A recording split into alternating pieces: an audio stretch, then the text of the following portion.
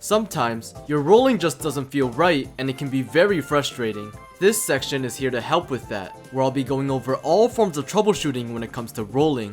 This is a very important topic with it being relevant to even top players, so I'll be splitting this section into 3 parts. First, troubleshooting regarding rolling technique.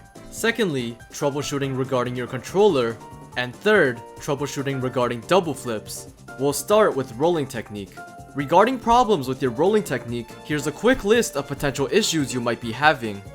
1. Are you rolling too hard or too soft? This is a factor I often find with myself, where if I roll too hard, it doesn't allow for good separation of my fingers. Relaxing my hand and maintaining a smooth motion allows me to roll much better. 2. Are you applying too much or too little thumb pressure?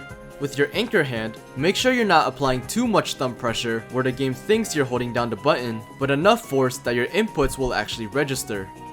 3. Are you rolling too fast or too slow? Sometimes, you might not be getting pieces all the way to their destination because you're rolling too slow. However, if you roll too fast, it may lead to one of your inputs being connected to another and thus not registering. 4. How are the timing of your rolls?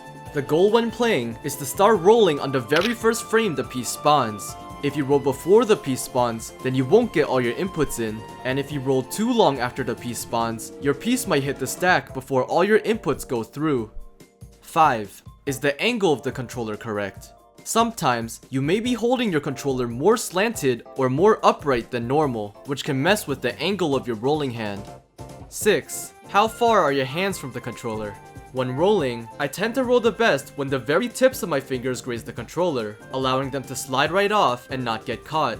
Because of this, I make sure not to roll too close to the controller to prevent my fingers from getting stuck.